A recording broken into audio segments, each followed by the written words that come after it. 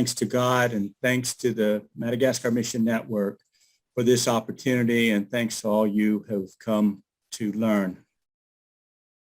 What I'm going to share about today, we're going to share about is Mission in Madagascar, about how the PCUSA, Presbyterian Church USA, does mission in partnership all around the world, in this case, specifically in Madagascar, with a focus on the work that Elizabeth and I are involved with. We are here in Orlando right now. We left in late March of 2000 when PCUSA headquarters called all mission co-workers back from the countries where they served. And while we long for the opportunity to return to Madagascar, we have been grateful for the opportunities to be here for major milestones for our children, particularly. And parents. Our son Robert has just finished a master's in counseling and art therapy at Adler University in Chicago and has just launched his career as a counselor. And our daughter Frances graduated last December from college and started teaching first grade right away, and then is now teaching fourth grade at public schools here in the Orlando area. Madagascar, of course, is a great big island off the southeastern coast of Africa. The eastern side of the island used to be covered in rainforest, and there's still some rainforest left. It's extremely biodiverse, some of the most richest forest in the world in terms of numbers of species, with the most iconic, of course, being the lemurs. This is the Indri. But there are lots of other amazing critters in those forests found only in Madagascar. The western side of the island has dry deciduous forest, and this is the baobab with some of Madagascar's most famous baobabs.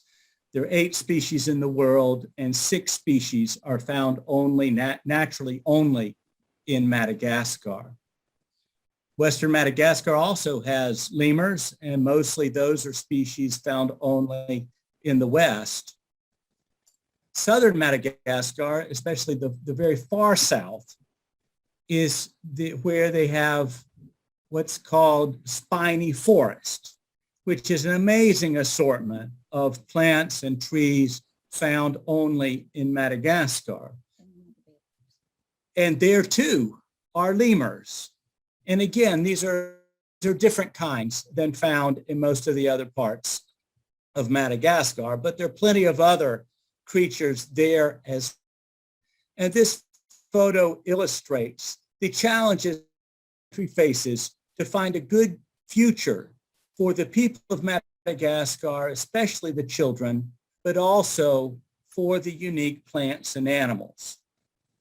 I haven't mentioned central Madagascar up to now, and that's mostly because there's not much native vegetation and plants or animals in central Madagascar. Most of the plants you see in this picture are non-native, having been introduced from outside the country.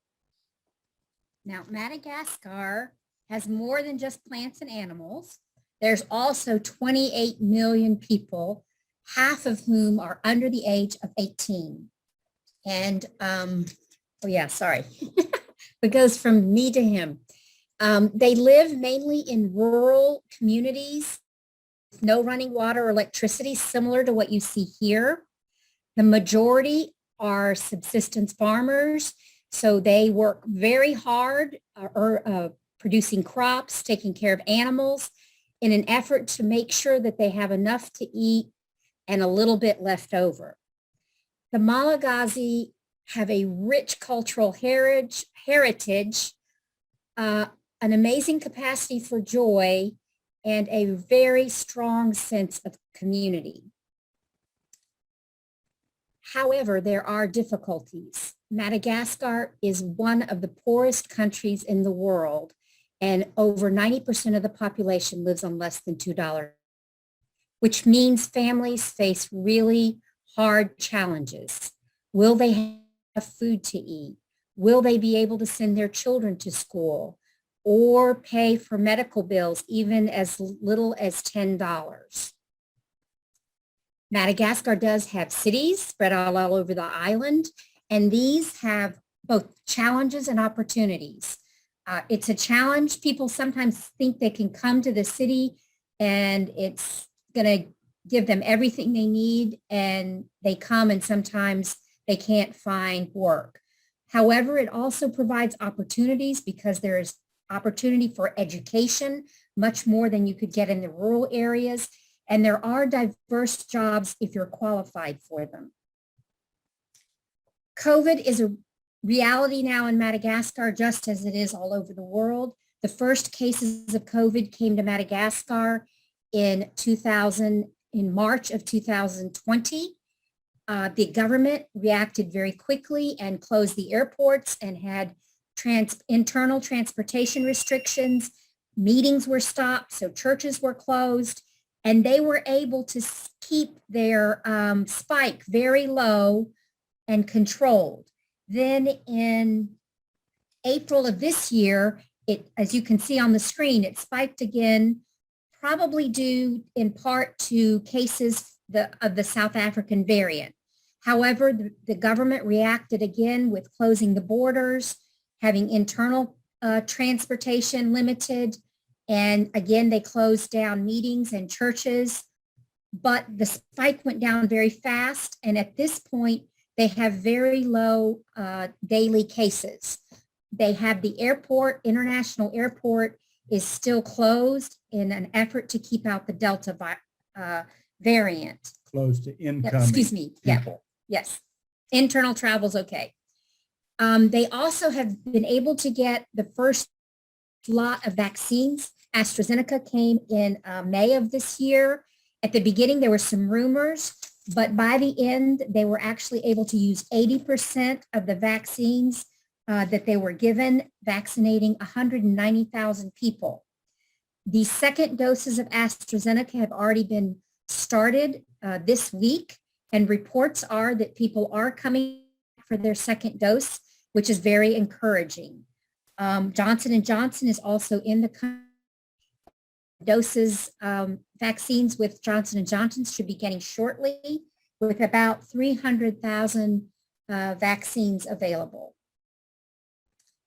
But COVID has had an impact. The economic impact on people has sent them into the forests to get animals to eat or to cut down trees and other parts of the forest for their needs that they're not being able to get otherwise. And so it is bringing many plants and animals closer to extinction. For people, as we have repeatedly said, COVID has been very difficult economically, but nowhere more than the South.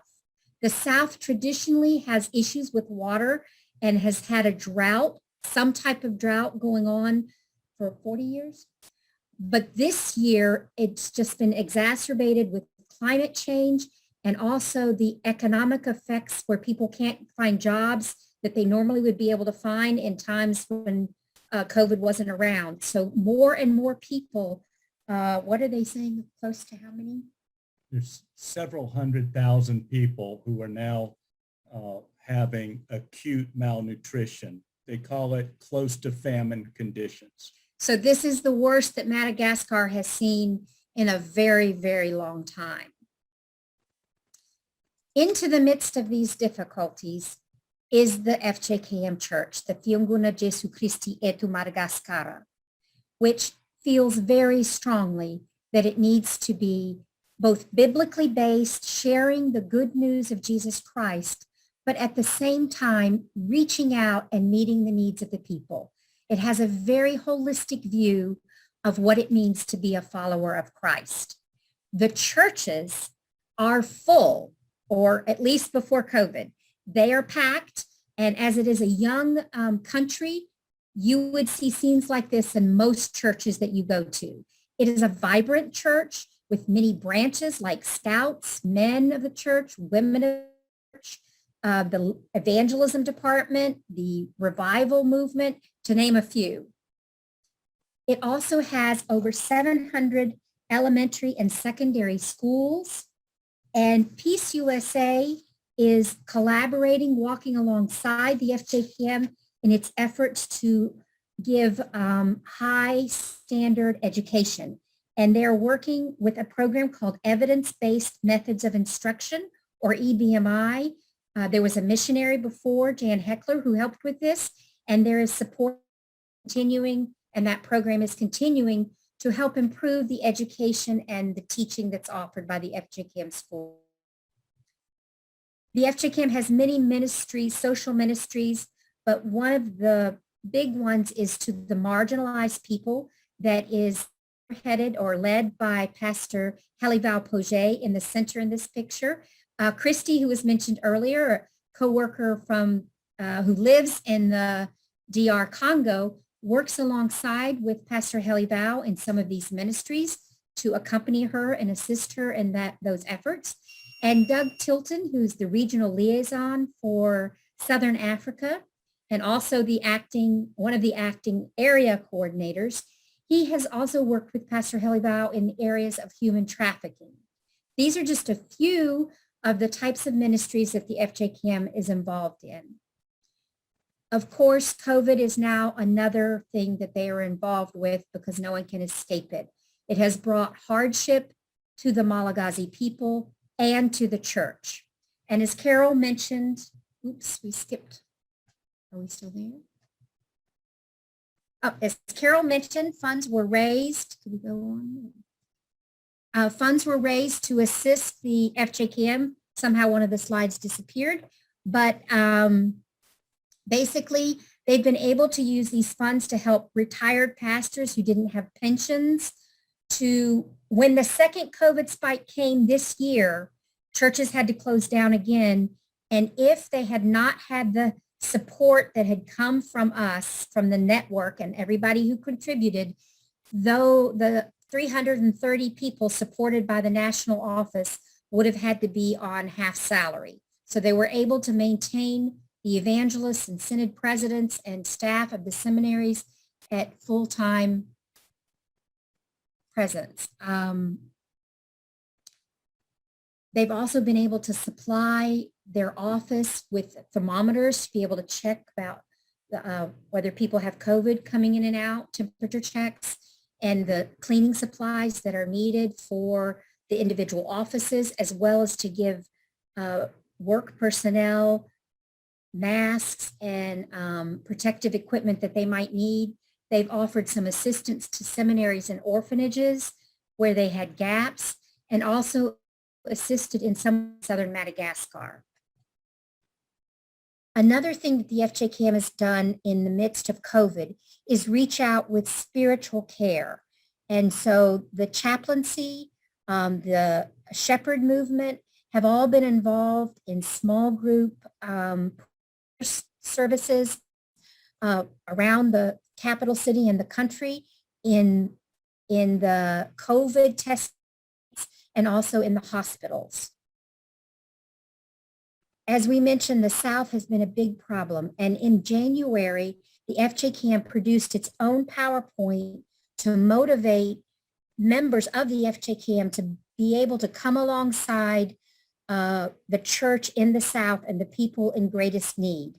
And so they were looking to both have short-term solutions, but also to look for long-term solutions. The Synod President down south, Center, Pastor Sudza, and when he heard about the funds that were given by the Mission Network as a result of the request from the network, he just his gratitude. He said that many people are flocking to the church now because they see that people care. And so they plan to use these funds for water, and if there's any money left over, seeds or food. My work is in public health and primary health care and prevention. And so at the beginning, I did a lot of work with training community health volunteers with the FJKM Development Department in their health program. The government has now become very involved in that. And so that program is sort of on hold as the development department figures out how to best accompany and assist the government in those programs. I work alongside Dr. Vwangi Rainaivuarison, who is the health coordinator for the FJKM health program. Another wonderful program that we have ministering to them, training to help them be equipped to face the challenges that they come across in their daily lives and the temptations and issues. We trained 40 youth peer educators, but because of COVID, we've not been able to get back and do follow-up training. But the hope is that this fall, we will be able to do so when school starts back. The FJKM has continued its desire to provide accessible and affordable quality care to the vulnerable people who don't have access. So many parts of the island do not have access to good health care. They're sprinkled in the red dots where the FJKM has dispensaries. One of these communities is Ankavandra, which is on the map in the red arrow.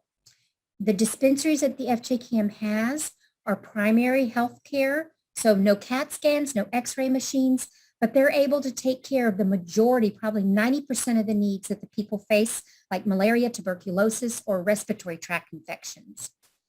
Supervision is a critical part of assuring that quality care happens. Again, because of last year, they weren't able to do supervision until the end of the year. And this year, they were able to get out and start that earlier. Another important part of keeping quality care is through in-service training. In May of last year, we were supposed to do that got put off, but finally it happened this past July. And this in-service training, they were able to look at emergency situations and how the doctor can take care of minor emergencies in their dispensaries, as well as talking about COVID and COVID-related issues. Probably the biggest excitement of those was receiving tablets that came as a gift from a grant from Peace USA. And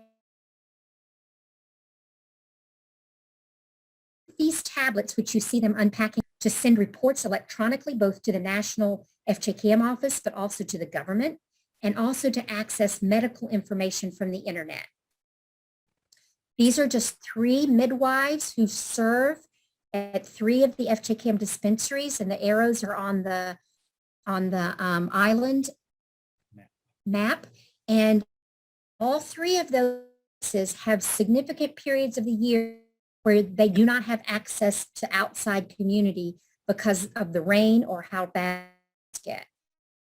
This is all the doctors together with their tablets. And one of the doctors shared that last year he actually had 2 patients die of COVID, but he did not have a way to get information to the government.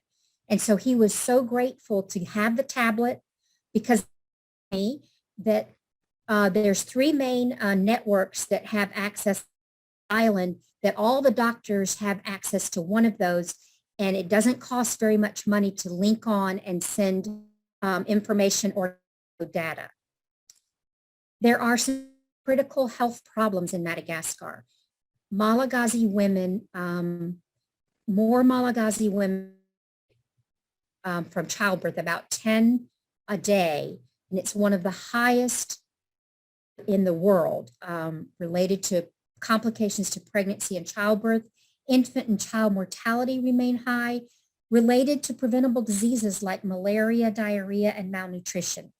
The FJKM's dispensaries are committed to providing good health care through prenatal care. They plan planning services, safe deliveries for uncomplicated births, and also shots and vaccinations for the main illnesses that infants and children face. The reality with COVID now is what you see there. Every dispensary now has posters up and all hand sanitizations, and the doctors need lots of supplies to keep themselves protected and also to keep their dispensaries clean. They continue to provide care even when roads are shut down. The doctors and medical staff continue to wear their masks, but as you can see, many people in the remote areas are not following those protocols. There is an urgent need that the FJKM health program is requesting for raising $10,000 to help provide its 32 dispensaries with protective supplies for the next wave. They're okay now, but they anticipate low level of vaccination of the population, that there's likely to be another wave and more need for protective supplies. Increasing access to quality care and improving maternal child health are main commitments of the FJKM's health program. The AIDS Committee is still operating and working on preventing and treating HIV/AIDS. The FJKM has been very involved in this work since 2001, training in counseling and how to part of their work, and making sure that all of the students meet someone who's HIV positive. Madame Maya in the center in the yellow dress is HIV positive, and all the seminary students were able to meet and talk with her. Training continues, but now it's socially distant with masks on. Instead of having get-togethers where we eat, now we try to share food with the seminary because of the economic difficulty, and also because eating together without your mask on is not a good idea in the time of COVID. Getting HIV testing, providing HIV testing was an important part of what the FJKM's program did. But since last February, so almost a year, they have not been able to do that. But luckily, we're invited and able to take part in the General Assembly this year and provide HIV testing. So Pastor William Machacha, who is carrying the 2 briefcases, he is the head of the FJKM AIDS program, and Mr. Hadza Randriambulzonna is the accountant, and they were there as part of the team. We had a tent for HIV testing outside the compound of the church, and basically inside there would be partitions so that people have individual pre and post-test counseling. This is more of the AIDS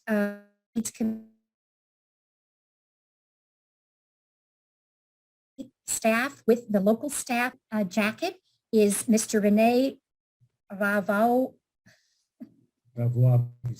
Thank you. I'm tired and it's a tongue twister. And he is the national coordinator and a wonderful guy.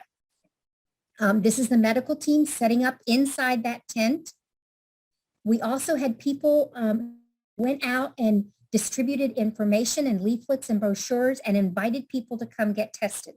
They were able to test about 350 people with 4 positives. We also had a little booth to share information when people came in, as well as to give them a free mask and keychain. These are just 2 of the young ladies who came to get. They are pictured with permission and wearing their new COVID masks. At this General Assembly, the FJKM decided that they wanted the FJKM AIDS program to help combat epidemics. And that's because the AIDS committee combines a member of each of the branches of the church. So it is one body where all of those would come together and could discuss how to attack and address an epidemic. So this will be something that we do going forward. We really appreciate all the assistance that so many of you are watching have given to the health program and the work of the health ministries of the church.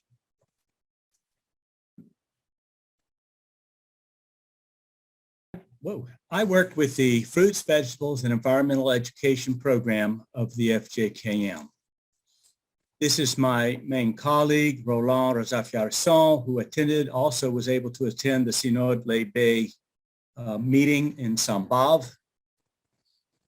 And this is my colleague, Germain André Naivusson. He is a plant propagator and has propagated probably more kinds of fruit trees than anyone in the country, grafted, I mean.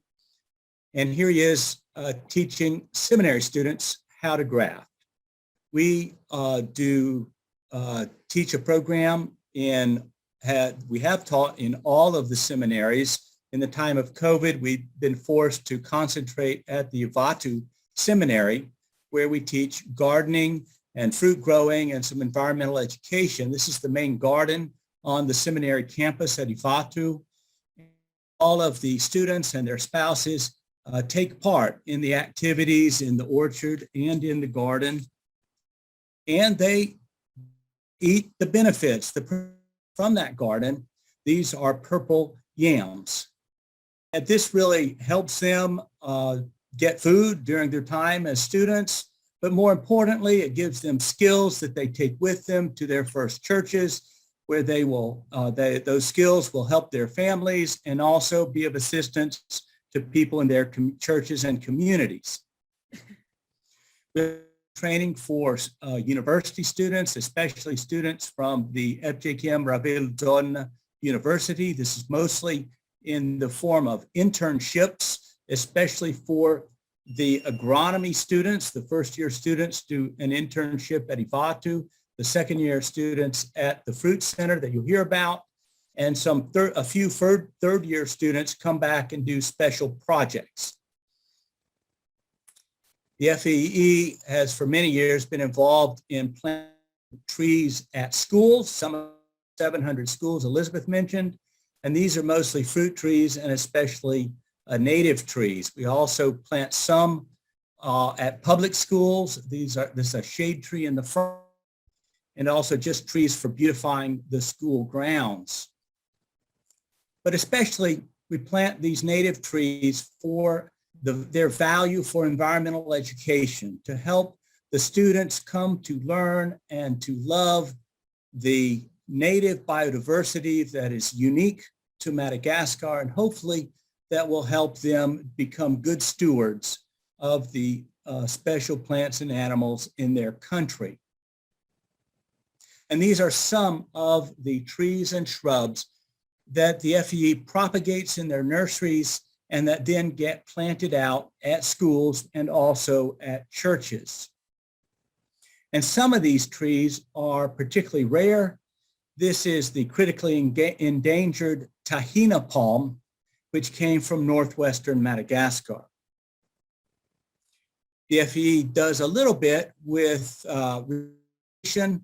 and this is where they give assistance every year to the FJKM's annual tree planting day.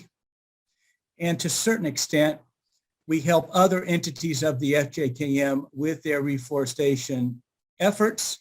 Whoa.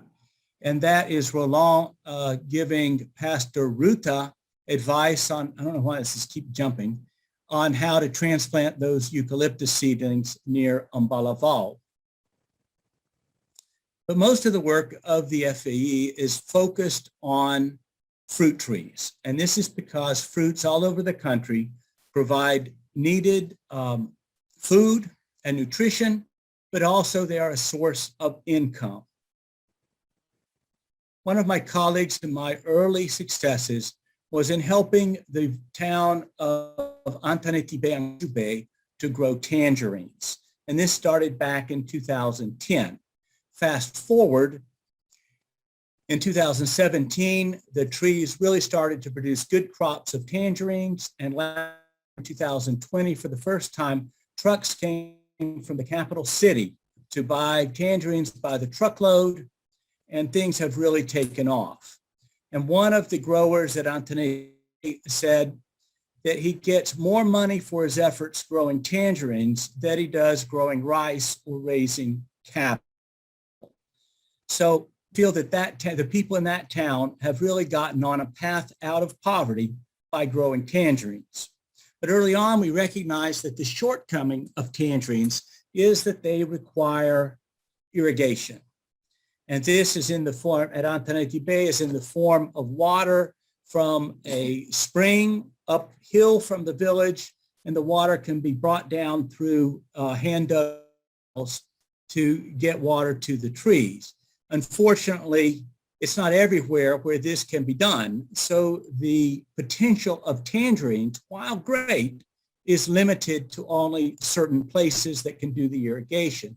So we started looking out to see types of fruit trees have potential to be of assistance to more people in the country. And we recognize that what we think is the fruit with the greatest potential to help the most people is the mango. And that is because mangoes grow in a climate where there's a really long dry season, and they grow on soils with fairly low fertility. And that describes the situation in northern Madagascar, western Madagascar, and most of southern Madagascar, except the very far south where there's not enough rain. So to help achieve the potential of mangoes in Madagascar to help people get out of poverty, the FEE helped the FJKM set up a fruit center at Madzinzu, about 4 hours by road northwest of the capital city. And the big event right before COVID arrived in March of 2020 was the inauguration of the Fruit Center. And the attendance at that event by pretty much all of the high leadership of the FJKM, led by Pastor Ami cutting the ribbon, was just sort of symbolic of the priority that the FJKM puts on helping people in general to improve their lives, and in particular on the efforts of the FEE program. The FEE planted the first mango trees in January of 2017, and now those trees are 4.5 years old. And even though right now we're in the middle of the dry season in much of Madagascar, those trees are nice and green and growing well. Indeed, this past December and January, for over 20 different varieties of mangoes produced fruits.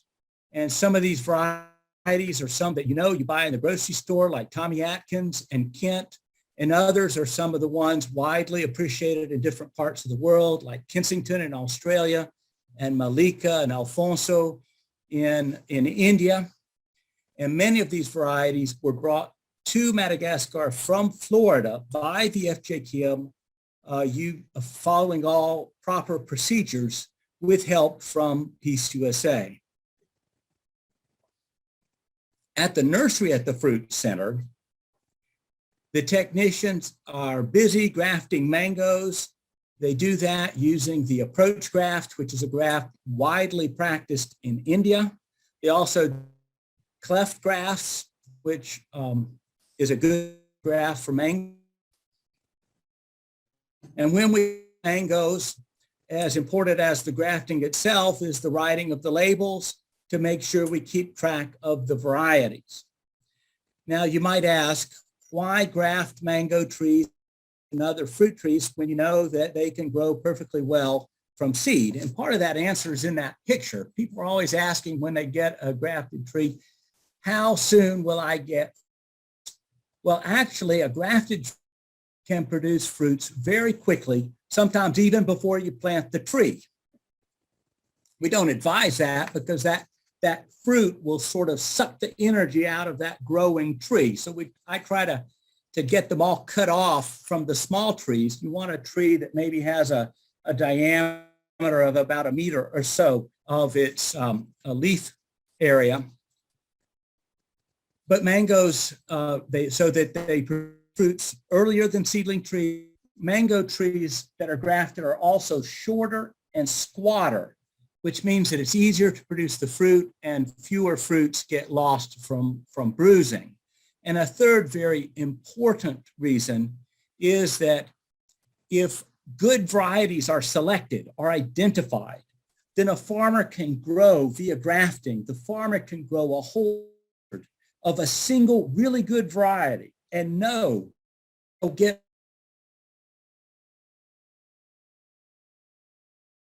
experienced with that variety. This is the Kensington variety from Australia, and that's one of the good varieties.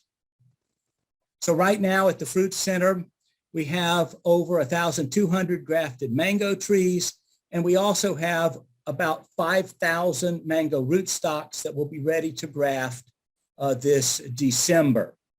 So with these grafted trees, well, they feed into a program of extension work So this is how we are going to we are working with farmers to help them realize the potential of mangoes, grafted mangoes, to improve their lives. So right now, with help from the Presbyterian Hunger Program, we are training farmers in two categories. The first category is what we call pilot farmers. And this is where we train farmers to grow mango trees so they can grow and then propagate so they can have as many trees as they would like. The second category is what we call volunteer technicians. So we train pastors and then also usually a lay person who's a volunteer technician from the pastor's parish who agrees to volunteer to help the church in their tree growing activities.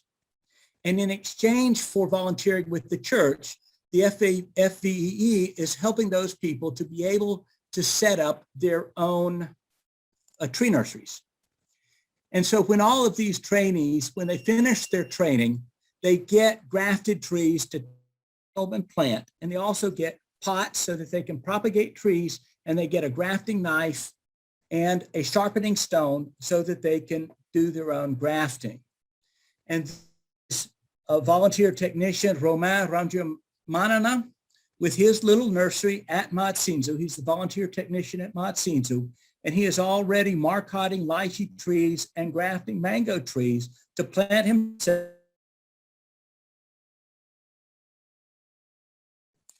Other participants in these trainings have planted their trees, and when we've gone to look, we found that most of these trees are alive and growing well, and that their owners are very excited about the potential of their trees and looking forward to getting fruits from them.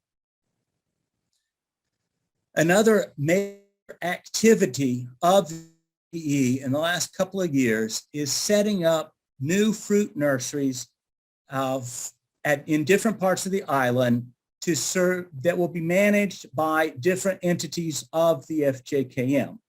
This particular nursery was set up at Fionana, about 50 kilometers north of the capital, Antananarivo, set up in about 2 months, October and November of 2020. And this is on of a new agricultural house that the FJKM is setting up.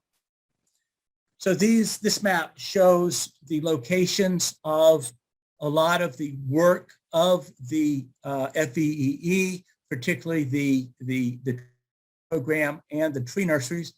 At the bottom down there is Betruca, which marks our effort, extend our work into southern Madagascar. It's got a question mark because we're currently investigating the exact church, but we are planning on doing training there in 2022. Likewise, in the far north at Antsiranana, there is a question mark really for a nursery. Right now, my colleagues, Roland and Germain, are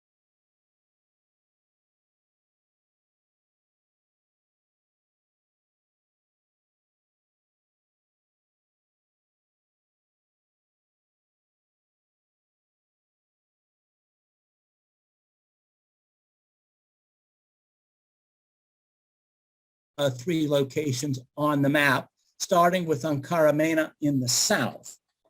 The Ankaramena FJKM Church is right on National Road number 7, which is the main artery to southern Madagascar. I call this location the gateway to southern Madagascar. They say in business that location is everything, and this church has an excellent location to be able to provide grafted mango trees and other fruit trees for people traveling to southern Madagascar. One of the first big steps we did to setting up a nursery at this site was to put a wall around the church property. And the reason for a wall is to keep the cattle out and to provide security. We also have already done some initial trainings, initially to train church members in how to grow and graft fruit trees. And so a number of these trees are already growing on the private property of the different church members. And those ones that are in yellow pots are being saved to be planted on the church grounds as soon as the gate is installed to close out that wall. So this nursery should be finished at the end of the year. Already a nursery manager has been designated by the church, and we have finished that nursery manager's initial training, and he is on site working away and giving advice to his neighbors and helping to care for trees at the church. Now let's go up to Mandritsara in northern Madagascar, where the FJKM has one of its seminary. This is the northernmost seminary. And the FEE has been doing training for pastoral students at the seminary for a number of years.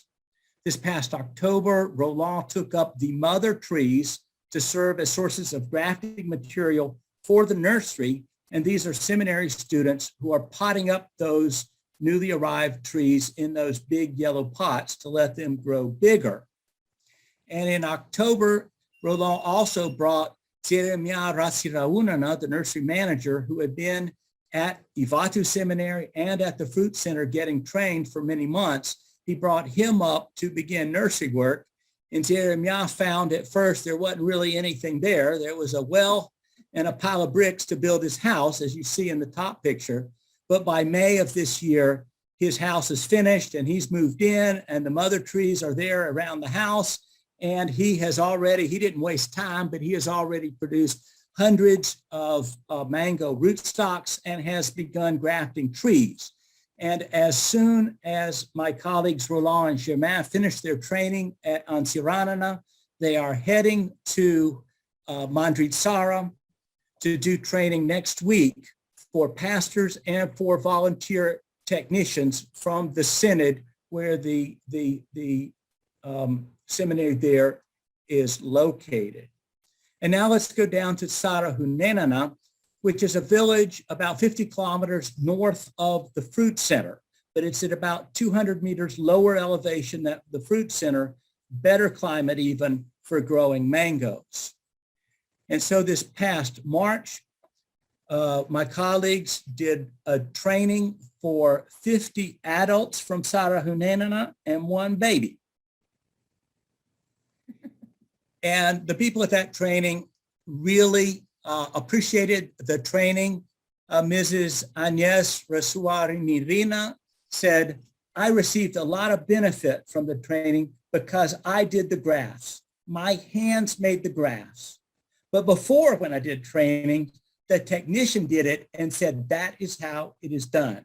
But here it was me who did it.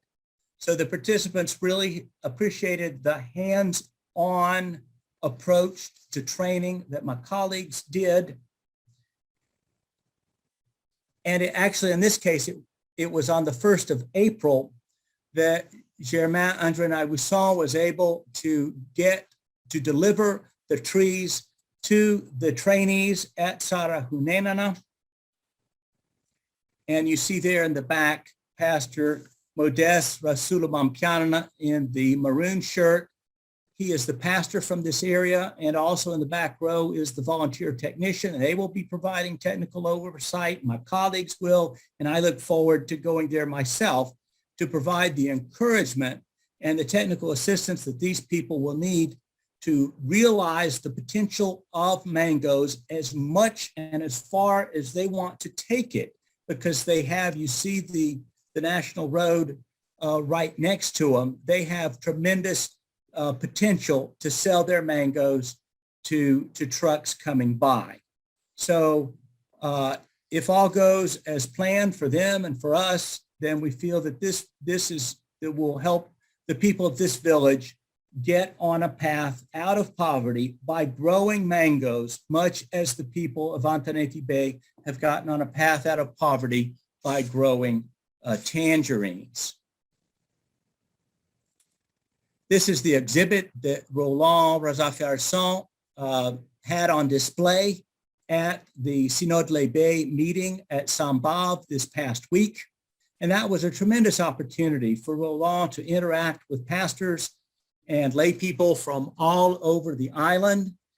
In the meeting itself, the Synode Les Baies affirmed the FVEE as one of the programs that is a benefit to the church in many ways and has asked the MFEE to expand their activities as much as possible. And Roland received a number of requests, and one of those was from the Synod President from Northern Madagascar. And so we're pleased to be able to respond to his request right away by providing training immediately after that Synod Lebe meeting. So there are a lot of people who are smiling about the potential for mangoes to really bring change in their lives and a path out of poverty. My colleagues and I and all those who've gotten training are really excited about this program, and we look forward to seeing where it takes many, many people. Thank you so much for supporting us and the ministries of the FJKM in Madagascar. An important part of that is prayer. We would just ask that you continue to pray for the elected leaders, for the FJKM in Madagascar as they deal with the COVID crisis, and for those who are hungry, especially in the South, that there would be short-term and long-term solutions.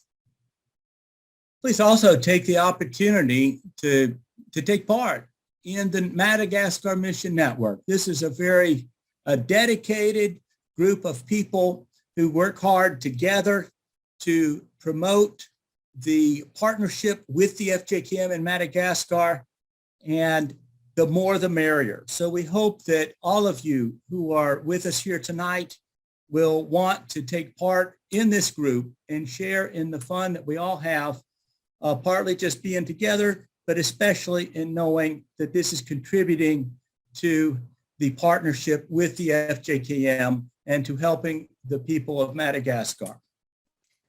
You could pick a project. Maybe you got excited about hearing about a nursery or a training, or you'd like to help the FJKM dispensaries get some protective supplies for their dispensaries. Something that a Sunday school class could do, or a church. That's a wonderful way to continue to help the FJKM as they reach out to the people around them. Please also continue to support us as mission co-workers and also the other co-workers who are involved in Madagascar. That's Christy Boyd, who's with us tonight, and also Doug Tilton, who's our regional liaison out of South Africa. And we're very grateful for all the support that all of you have provided for us over the years. We really couldn't do what we do without your prayers and support. And the FJKM really appreciates that. It makes them feel that they are not alone because they face many, many difficulties. And sometimes you feel like you're all by yourself, but they have said repeatedly to us when they hear of churches and individuals that are praying for them and supporting them, that gives them the courage and the inspiration to keep on going, that they've not been forgotten.